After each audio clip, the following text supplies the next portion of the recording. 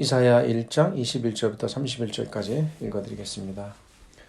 신실하던 성읍이 어찌하여 창기가 되었는고, 정의가 거기에 충만하였고 공의가 그 가운데에 거하였더니 이제는 살인자들 뿐이로다. 내 은은 찌꺼기가 되었고 내 포도주에는 물이 섞였도다. 내 고관들은 패역하며 도둑과 짝하며 다 뇌물을 사랑하며 예물을 구하며 고아를 위하여 신원하지 아니하며 과부의 송사를 수리하지 아니하는도다. 그러므로 주 만군의 여호와 이스라엘의 전능자가 말씀하시되, 슬프다. 내가 장차 내 대적에게 보응하여 내 마음을 편하게 하겠고 내 원수에게 보복하리로다 하리라. 내가 또 내 손을 내게 돌려 내 찌꺼기를 잿물로 씻듯이 녹여 청결하게 하며 내 혼잣물을 다 제하여 버리고, 내가 내 재판관들을 처음과 같이 내 모사들을 본래와 같이 회복할 것이라. 그리한 후에야 내가 의의 성읍이라 신실한 고을이라 불리리라 하셨나니, 시온은 정의로 구속함을 받고 그 돌아온 자들은 공의로 구속함을 받으리라. 그러나 패역한 자와 죄인은 함께 패망하고 여호와를 버린 자도 멸망할 것이라. 너희가 기뻐하던 상수리 나무로 말미암아 너희가 부끄러움을 당할 것이요, 너희가 택한 동산으로 말미암아 수치를 당할 것이며, 너희는 잎사귀 마른 상수리 나무 같을 것이요 물 없는 동산 같으리니, 강한 자는 삼오라기 같고 그의 행위는 불티 같아서 함께 탈 것이나 끌 사람이 없으리라. 22절을 주목해 봅니다. 22절은 은은 찌꺼기가 되었고 내 포도주에는 물이 섞였도다 라고 말합니다. 은이 찌꺼기가 되었다는 것은 은에 불순물이 섞여서 은으로서의 가치를 잃었다는 말씀입니다. 은이 쓸모없게 되었다는 말입니다. 포도주에 물이 섞였다는 것도 포도주 고유의 맛을 잃어버렸기에 포도주로서 쓸모가 없게 되었다는 말입니다. 이런 표현법은 어떤 사실을 강조하기 위해 같은 내용을 두 번 반복시킴으로써 하나님께서 이스라엘 백성에게 무언가를 비유를 통해 가르치시기 위해 강조적으로 하시는 말씀입니다. 그렇다면 은이 찌꺼기가 되고 포도주에 물이 섞였다라는 것은 무엇을 비유적으로 나타내는 표현일까요? 본문의 앞부분에서 하나님께서 이렇게 말씀하십니다. 너희의 무수한 재물이 내게 무엇이 유익하뇨? 나는 수양의 번제와 살찐 짐승의 기름에 배불렀고 나는 수송아지나 어린 양이나 수염소의 피를 기뻐하지 아니하노니, 너희가 내 앞에 보이러 오니 그것을 누가 너희에게 요구하였느냐? 마당만 밟을 뿐이라 헛된 재물을 다시 가져오지 말라. 분향은 나의 가증히 여기는 바요, 월삭과 안식일과 대회로 모이는 것도 그러하니 성회에 아울러 악을 행하는 것을 내가 견디지 못하겠노라. 은이 찌꺼기가 되어 쓸모없게 되고 포도주에 물이 섞여 못 먹게 되었다는 것은 그들이 드리는 모든 제사와 집회와 예배가 마치 불순물이 섞인 은과 같이 되고 물이 섞인 포도주와 같이 되어 하나님께서 도저히 받으실 수 없는 지경에 이르렀다는 말입니다. 그렇다면 그들의 제사와 집회와 예배가 이렇게 심각하게 훼손되고 오염된 이유는 무엇일까요? 그것은 바로 그들의 타락한 삶 때문이었습니다. 이 타락의 모습이 바로 본문 23절에 나옵니다. 내 방백, 여기서 이들은 지도자와 관원들입니다. 그들은 패역하여 도적과 짝하며 다 뇌물을 사랑하며 사례물을 구하며 고아를 위하여 신원치 아니하며 과부의 송사를 수리치 아니하는도다. 이것이 바로 하나님께서 그들이 드리는 제사와 제물과 예배를 받지 않으신 이유입니다. 은이 찌꺼기가 되었고 포도주가 물이 섞인 것과 같이 되었다는 말은 이렇게 당시 그들이 드리는 제사와 예배가 너무나도 오염되어서 하나님께서 도저히 받으실 수 없기에 그들의 제사와 제물과 예배가 마치 찌꺼기가 섞인 은과 같고 물이 섞인 포도주와 같이 되었다는 말입니다. 구약시대에 이스라엘 백성은 하나님을 오해하였습니다. 이러한 이들의 행위의 동기나 저변에 깔린 의식은 무엇일까? 구약시대의 이스라엘 백성들이 갖고 있었던 어떤 생각으로부터 출발된다고 볼 수 있습니다. 구약시대 이스라엘 백성들은 이제 이런 식의 제사 방식이 사실 이방인에게 드리는 제사 방식의 원리와 비슷했습니다. 많은 제물을 드리고 큰 제사를 드리고 많은 사람들이 모여 성대하고 웅장한 예배와 성례를 드리면 하나님께서 당연히 그 웅장함과 규모와 화려함 그 자체로 감동하시고 기뻐하실 것이다라는 의식이 있었어요. 이게 이제 대단히 우상적인 예배 의식입니다. 이런 생각들이 하나님께 대한 크나큰 오해였습니다. 하나님께서는 재물이 좋고 모이는 사람이 많고 집회가 화려하고 성대하면 받으신다라고 생각했던 거죠.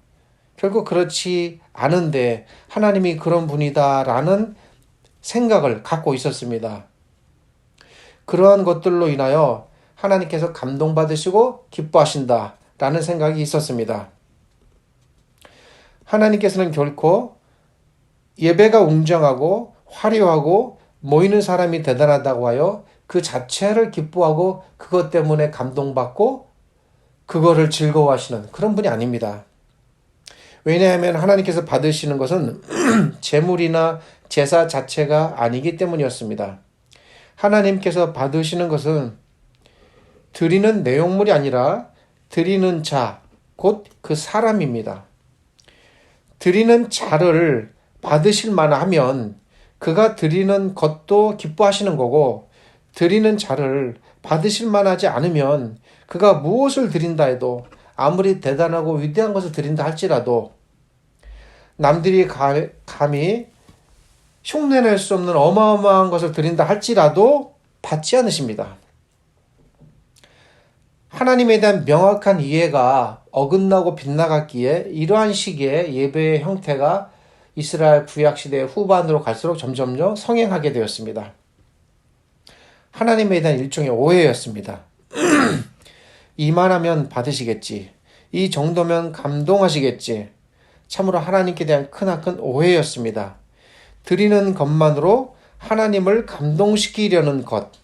이것 자체가 사실은 대단한 오만이었는데 그들이 몰랐습니다. 과연 하나님께서 어떠하신 분일까? 이런 고민을 하며 천천의 수양과 만만의 강수 같은 기름을 들고 내가 하나님께 나아가면 하나님께서 기뻐하실까? 라는 고백을 했던 미가 선지자의 그 기도와 간구 속에 나타납니다. 사람아, 주께서 선한 것이 무엇임을 내게 이미 보이셨는데 내가 왜 자꾸 헛된 것으로 내게 나아오느냐? 내가 오직 내게 구하는 것은 수많은 재물이 아니라 내가 행하는 공의와 그리고 인자를 사랑하는 것과 그리고 네가 겸손히 하나님과 동행하는 삶이 아니겠느냐? 라고 하나님께서 미가 선지자에게 말씀하신 것과 같은 그 원리의 말씀이 오늘 본문에 나타나는 겁니다. 비슷한 시대를 살았던 이사야 선지자의 생각과 그리고 미가 선지자의 생각이 동일합니다. 두 분 선지자의 생각이 서로 통하는 것입니다. 우리의 드림이나 예배를 본문에 비추어 생각해 보면 우리가 하나님께 헌신을 통해 무엇인가를 드린다는 측면에서 우리의 드림은 원리적으로 구약시대의 제사와도 같습니다. 미가 선지자의 말을 빌자면 천천의 수양과도 같고 만만의 강수의 기름과도 같은 것입니다. 사람들은 하나님께 무엇인가를 드릴 때 자신이 무엇을 얼마나 드렸는가를 생각하려는 유혹에 자기도 모르게 빠지게 됩니다. 특별히 대단한 열심을 가지고 대단한 성과를 나타내고 많은 것을 동원하여 성대하고 웅장하게 드릴수록 모순되게도 그러한 예배의 현장 속에 오히려 이런 유혹의 요소가 더 많이 깃들게 됩니다. 그래서 교회나 선교 현장에서 결과와 숫자를 생각하게 됩니다. 성과를 따지게 됩니다. 남들이 이루지 못한 결과를 생각하게 됩니다. 남은 못했는데 나는 이루었다라는 생각을 하게 됩니다. 무엇을 얼마나 이루었는가를 드러내고 보이는 일에 집중하게 되고 그리고 지도자들도 그렇게 요구하게 됩니다. 또 자신이 얼마나 많은 시간을 들였고 얼마나 많이 금식했고 얼마나 많이 기도했고, 얼마나 많이 준비했고, 얼마나 많이 희생했고, 얼마나 많이 헌신했는가를 따지고 계산하게 됩니다. 내가 이 정도 희생하고, 이 정도 헌신하고, 이렇게 준비하였으면 기뻐하고 받으셨을 것이고, 그리고 그에 대한 결과가 있지 않겠나라는 기대를 하게 되는 것입니다. 신자들의 수고와 노력이 결코 작다고 말할 수는 없습니다. 그러나 분명히 아셔야 합니다. 이런 우리의 수고와 노력이 아무리 크다고 해도 우리의 노력이 하나님께서 받으실 기준에 도달할 수 없다는 것을, 예수님께서 자신들이 얼마나 많이 희생했으며 얼마나 많이 양보했고 얼마나 많이 굶주렸고 얼마나 많이 죽게 드렸는가를 따지는 한쪽 편 사람들을 향하여 너희가 다 나를 떠나라고 말씀하신 이 비유는 우리에게 중요한 원리를 가르쳐 줍니다. 그분께서 진정 받으시기 원하는 것은 무엇일까? 그것은 우리의 노력이나 수고나 결과가 아닙니다. 주께서 진정 받으시기 원하시는 것은 우리들 자신입니다. 우리가 정말 고아와 과부를 긍휼히 여기는 마음을 갖고 겸손히 몸을 낮추어 낮은 마음으로 어린아이를 대접하는 심정으로 그리스도의 그 간절한 마음으로 우리에게 나오는 모든 한 사람 한 사람의 마음을 어루만져 준다면 이로써 우리의 드림은 이미 하나님께 드려진 것입니다. 그리고 그들이 드리는 예배를 하나님께서 기쁘게 어디서 얼마나 어떠한 형태로 드렸던 간에 아주 기쁘게 받으시는 겁니다. 화려하고 엄숙하고 찬란한 예배보다 하나님께서 받으시는 기준을 정확하게 이해하고 그 이해를 바탕으로 진심을 다하여 드린다면 이보다 더 훌륭한 예배나 드림은 없습니다. 현재의 어려운 상황으로 인해 도처에서 수많은 사람들이 고통 속에 힘들어하고 예배합니다. 전처럼 웅장하게 예배하지 못할 수 있습니다.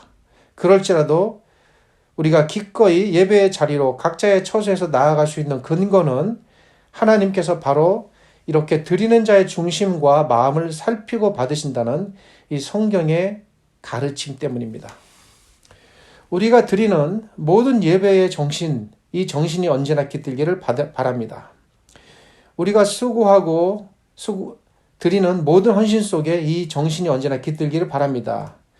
우리가 꿈꾸고 계획하고 이루어가려는 모든 주님의 일에 언제나 이 정신이 이탈되지 않기를 바랍니다. 우리 각자는 언제나 예배자이고 어디서든 예배자입니다. 이 사실을 놓치면 안 되겠습니다. 우리가 있는 그곳이 교회이고 거룩한 예배의 자리입니다. 어려운 시기에 어렵게 예배한다 할지라도 이 정신을 잃지 않고 나아간다면 하나님께서 언제나 쾌히 기뻐하시며 즐거워하실 줄 믿습니다. 기도하겠습니다. 거룩하신 하나님 감사합니다. 오늘 구약의 말씀을 통하여 우리가 어떠한 마음, 어떠한 자세로 하나님께 나아가야 할지에 대하여 생각해 보았습니다. 드려지는 겉모습, 모이는 사람들의 웅장함, 결과와 태도에 집착하지 않고 오직 그 중심을 다하여 하나님을 정확하게 이해하고 마음을 다하여 주를 예배하는 그 예배를 기뻐하시는 하나님, 그러기에 우리가 어디서든 기쁘게 하나님을 예배할 수 있으며 누구와 예배하든 하나님을 즐겁게 예배할 수 있음을 깨닫습니다. 이 거룩한 예배를 허락하시고 이 원리를 가르쳐 주시며 이러한 예배를 받으시는 우리 하나님 감사합니다. 이렇게 예배드리는 저희들의 마음을 위로하여 주시고 용기를 주시고 그리고 이 땅에서도 고통받는 가운데 예배하는 수많은 주의 백성들, 흩어져 있는 모든 주님의 자녀들을 위해 함께하여 주시기를 원합니다. 지금은 우리 주님 예수 그리스도의 은혜와 저희를 지극히 사랑하시는 아버지 하나님의 크신 사랑과 오늘도 이 말씀으로 저희를 위로하시고 이 거룩한 말씀을 듣는 모든 사람들의 마음속에 함께하시는 성령 하나님의 함께하심이 삼위 하나님을 예배하는 저희들과 이 땅의 백성들 또 이 말씀을 듣는 모든 주의 자녀들 위해 영원토록 함께하시기를 주님의 이름으로 축원합니다. 아멘.